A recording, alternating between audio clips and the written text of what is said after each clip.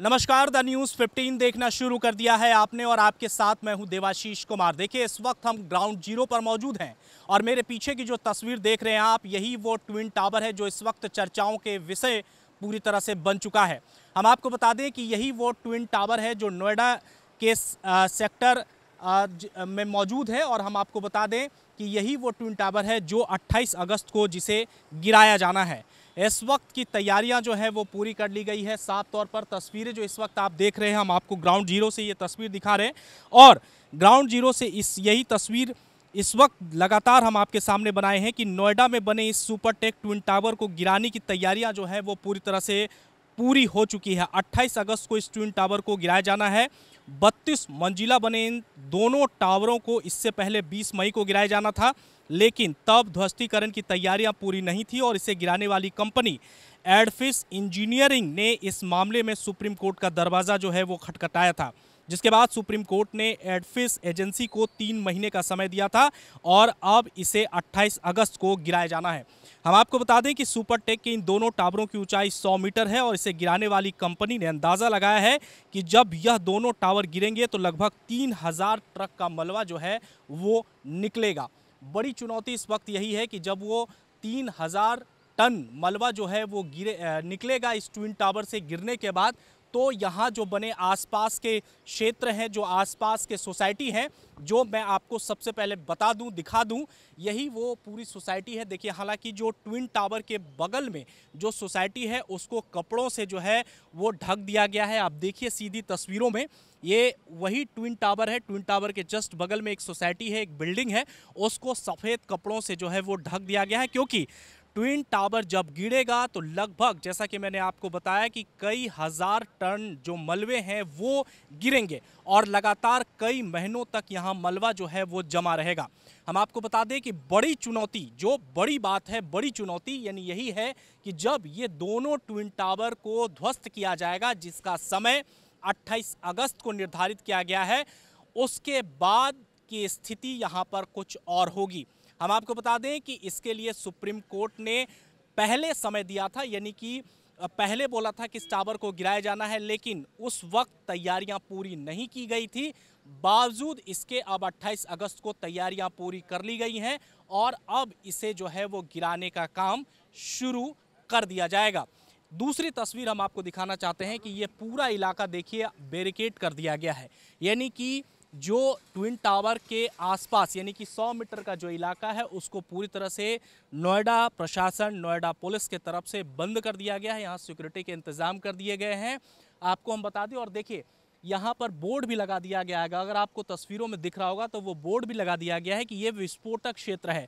हम आपको बता दें कि यहाँ पर कई हजार जो हैं वो विस्फोटक टन मंगाए गए थे, जिसकी तैयारियां शुरू से ही चल रही थी, लगभग 3 महीने पहले से ही चल रही थी और उन विस्फोटकों को इस टावर के एक एक पॉइंट में सेट किया गया है, यानी कि कुछ कुछ भागों में इसे सेट किया गया है और उसके बाद इस टावर पर ये विस्फोटक सामग्री जो लगाए गए हैं। इस वक्त जो बैरिकेटिंग आप देख रहे हैं वो यही बैरिकेटिंग है कि इसको पूरा एरिया, मैं आपको एक बार फिर से दिखा दूं कि यही पूरा एरिया, हालांकि यहाँ पर मीडिया को भी जाने की इजाज़त नहीं है, लेकिन यहाँ से लेकर के जहाँ तक आपको नज़र जा रही होगी, यानी दूसरी बैरिकेटिंग, वहाँ तक इस पूरे एरिया को जो है वो कवरेज कर दिया गया है, क्योंकि ये पूरा एरिया ट्विन टावर के क्षेत्र में आता है और यहीं पर ट्विन टावर जो आप इस वक्त देख रहे हैं मेरे ठीक पीछे, इसी ट्विन टावर को गिराया जाना है, जिसका डेट 28 अगस्त को निर्धारित किया गया है।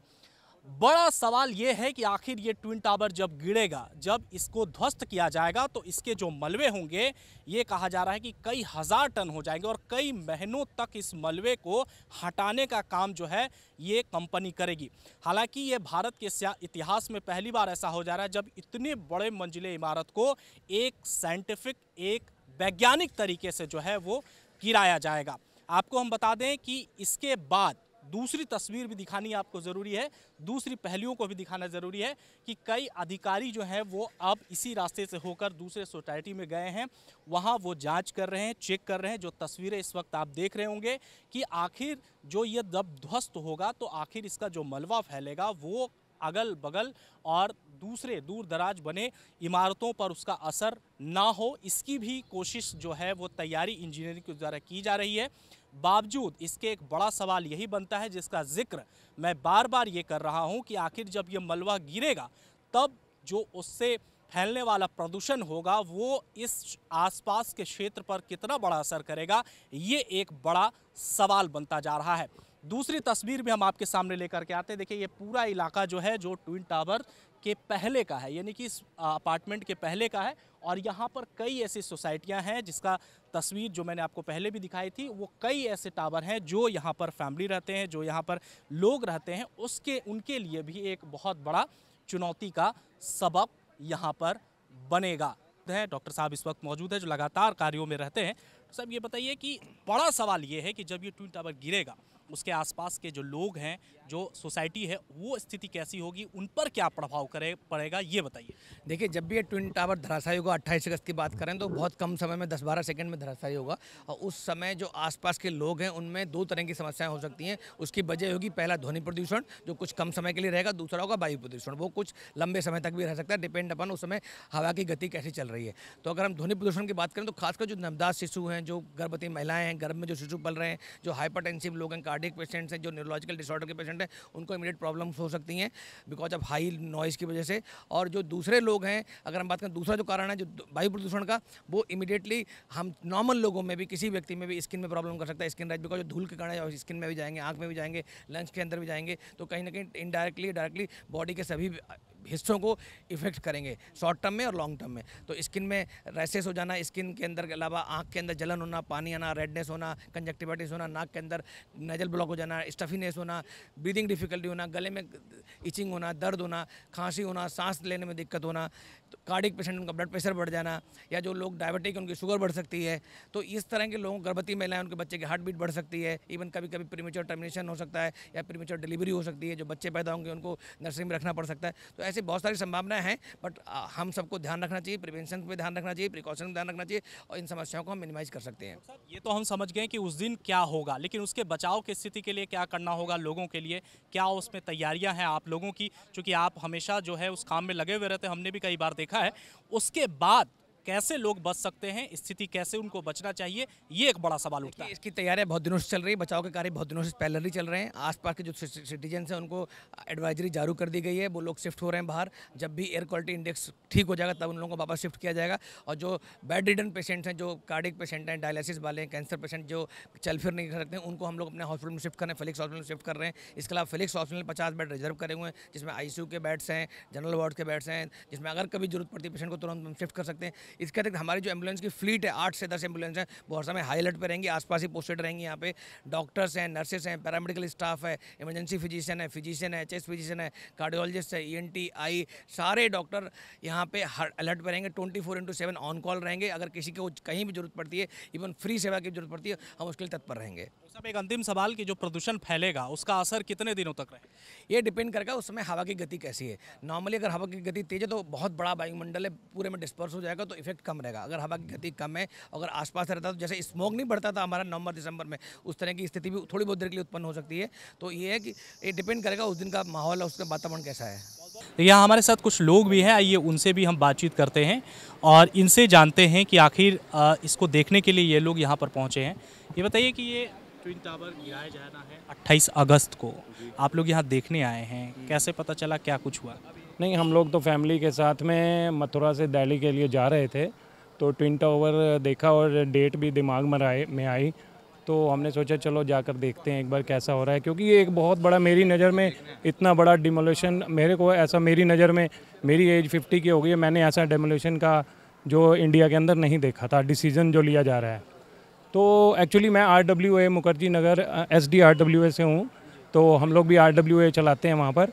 तो मैं यही यहाँ पर देखना चाहता था कि किस तरीके से ये सब कुछ हुआ, थोड़ा इसको देखते हुए थोड़ा सा गाड़ी को इस तरफ मोड़ लिया था। ये बताइए कि एक 32 मंजिला इमारत को गिराया जाना है कि इंजीनियरों के लिए भी ये बहुत बड़ा चुनौती का विषय है, और इसमें लगातार कई दिनों से काम हो रहे हैं सुप्रीम कोर्ट के आदेश के बाद। तो इसको आप किस रूप में देखते हैं, कितनी बड़ी चुनौती होगी ये एक स्थानीय के मुताबिक, आप ये बताइए। देखो जी, मेरे हिसाब से तो बहुत बड़ा चैलेंज है ये, इस तरह से बिल्डिंग को गिराना। मैंने ऐसा देखा नहीं है अभी तक कि इस तरीके से इतने ट्विन टावर को, इतनी हाइट को गिराना नीचे एक बहुत बड़ा चैलेंज है, बहुत रिस्क हैं, काफ़ी मैनेजमेंट इसमें करना पड़ेगा, बहुत ध्यान रखना पड़ेगा। कि कोई ऐसी कोई अप्रिय घटना ना घट जाए।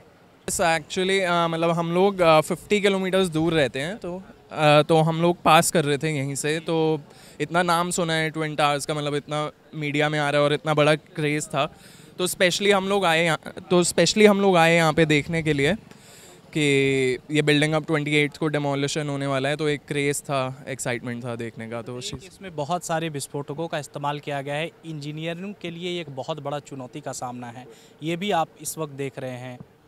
बिल्कुल, मतलब काफ़ी बड़ी बिल्डिंग है ये, और आई थिंक काफ़ी मुश्किल काम है ये। आई जस्ट होप कि सब कुछ सेफली होए, किसी भी तरीके की ज़िंदगी को कोई भी नुकसान ना हो, कोई भी किसी को भी आस पड़ोस के लोगों को किसी तरीके की हानि ना हो इस चीज़। आप कहाँ से आए हुए हैं? मैं दिल्ली से आया हूँ, मैं मथुरा से आ रहा था, तो ये ऑन द वे ही थोड़ा सा ऑफ पड़ रहा था, बट एक क्रेज़ था देखने का, इसलिए हम आए यहाँ पे स्पेशली। माननीय सुप्रीम कोर्ट के डायरेक्शंस के अनुसार नोएडा में सेक्टर 93A में सुपरटेक एमरल्ड टावर्स में 2 ट्विन टावर्स का डिमोलिशन का ऑर्डर सर्वोच्च न्यायालय ने दिया था। उस क्रम में 28 अगस्त यानी संडे जो है उसको 2:30 बजे सुपरटेक की दोनों ट्विन टावर्स का डिमोलिशन किया जाएगा। आज फाइनल स्पॉट विजिट और सभी स्टेक होल्डर्स के साथ एक मीटिंग भी की गई है, यहाँ पे सभी तैयारियों को देखा गया है। मुख्यतः ये बताना चाहेंगे कि तैयारियां पूरी हो गई हैं। दोनों टावर्स में जो एक्सप्लोजिव्स लोड किए जाने थे, एक्सप्लोजिव्स भी लोड हो गए हैं। 28 तारीख को 2:30 बजे ब्लास्ट किया जाएगा। लगभग 10 से 12 सेकेंड्स में दोनों टावर डिमोलिश हो जाएंगी। उसके अलावा जो डिमोलिशन के बाद जो CND वेस्ट है, लगभग 80,000 टन CND वेस्ट जनरेट होगा, जिसमें से लगभग 50 से 55,000 टन यहीं पे साइट पे यूज़ हो जाएगा फिलिंग में। बाकी जो है वो CND प्लांट पे उसको ब्रेक करने के बाद प्रोसेसिंग के लिए जाएगा। दोनों टावर्स जो सुपरटेक में इस एरिया में 2 ग्रुप हाउसिंग सोसाइटीज़ आसपास में रहती हैं।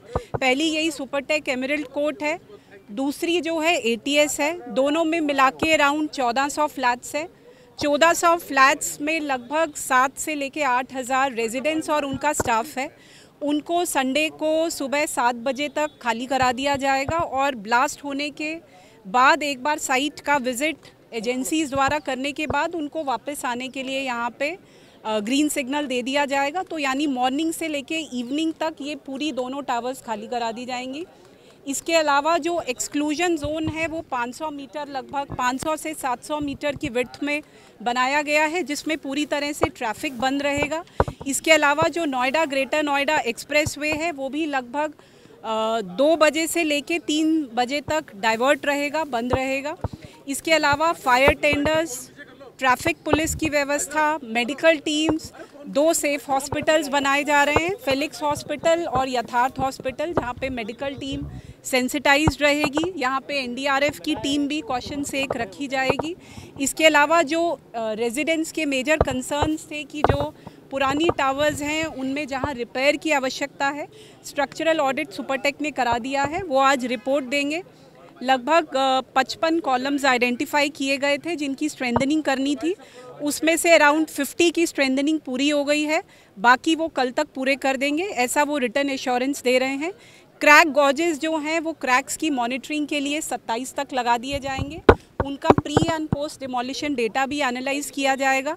इसके अलावा एयर क्वालिटी मॉनिटरिंग के लिए भी डिवाइसेस लगाए जा रहे हैं। तो तैयारी जो विभिन्न एजेंसीज़ हैं उनके द्वारा पूरी कर ली गई है। एक्सप्लोजिव जैसा मैंने बताया वो यहाँ पे लोड कर दिया गया है और सभी तैयारियां लगभग पूर्ण हैं। के बाद जो डस्ट होगा उस डस्ट को मैनेज करने के लिए क्या प्लान दिया गया है, कितने दिन तक उसका असर रहेगा और कितना? देखिए, इसका साइंटिफिक असेसमेंट करना संभव नहीं है, ना UPPCB कर पा रहा है, ना डिमोलिशन एजेंसी कर पा रही है। लेकिन जो भी डस्ट जनरेट होगा वो बहुत एक मिनिमम टाइम के लिए तभी जनरेट होगा। दूसरा, इमीडिएटली उसके बाद वो बिकॉज स्प्रेड आउट हो जाएगा। वाटर टैंकर्स, स्मोक गन्स यहाँ पे अथॉरिटी की तरफ से लगाए जा रहे हैं, मैकेनिकल स्वीपिंग मशीन्स रहेंगी, पूरा सैनिटेशन स्टाफ जो एडिक्वेट होगा इस एरिया की क्लीनिंग के लिए वो नोएडा अथॉरिटी द्वारा लगाया जा रहा है। तो इम्पैक्ट तो होगा ही, लेकिन जो भी रहेगा उसको मिनिमाइज़ किया जा रहा है और जो एयर क्वालिटी मॉनिटरिंग स्टेशंस हैं उनके माध्यम से उसको मॉनिटर किया जाएगा, ताकि अगर जो लोग वापस आ रहे हैं उनको एक भय ना रहे कि वो आ रहे हैं तो वो सेफ़ हैं, तो वो डेटा उनसे शेयर किया जाएगा। नहीं, मॉक ड्रिल तो टेस्ट ब्लास्ट तो काफ़ी पहले हो चुका है। नो फ्लाइंग जोन का लिख दिया गया है एयरपोर्ट अथॉरिटी को, but I don't think I have not been able to review. आज स्ट्रक्चरल ऑडिट की रिपोर्ट अभी सुपरटेक ने नहीं दी है, लेकिन उन्होंने एश्योर किया है दे देंगे। सीबीआरआई ने इधर अपने आप को स्टेशन भी कर लिया है और उनके हिसाब से जितना रिपेयर अभी तक हुआ है वो सही है। कुछ उन्होंने एडिशनल मेजर्स बताए थे वो इन्होंने कर दिए हैं, कुछ बचे हैं जो कल तक एश्योर किया है कर देंगे। तो शाम तक सारी रिपोर्ट्स आ जाएंगी। जो वर्तमान स्थिति है उससे लगता है कि लगभग तैयारी हम लोग गो हेड देने की स्थिति में है, लेकिन फिर भी अगर कोई चेंज होता है तो सुप्रीम कोर्ट ने भी हम लोग को लीवरेज दिया था कि हम लोग इसको एक हफ्ते तक बफर रख सकते हैं। तो जो आप अभी की सिचुएशन लग रही है, लग नहीं रहा ज़रूरत पड़ेगी, लेकिन फिर भी हम लोग फाइनल कॉल एक बार शाम में सारी रिपोर्ट्स आने के बाद लेंगे। फाइनल डिमोलिशन के बाद भी जो क्रिटिकल जोन की टावर्स हैं सुपरटेक की भी और एटीएस की भी, उनका स्ट्रक्चरल ऑडिट कराया जाएगा। सहयोगी प्रताप के साथ मैं Devashish Kumar, the news 15, Noida, twin tower.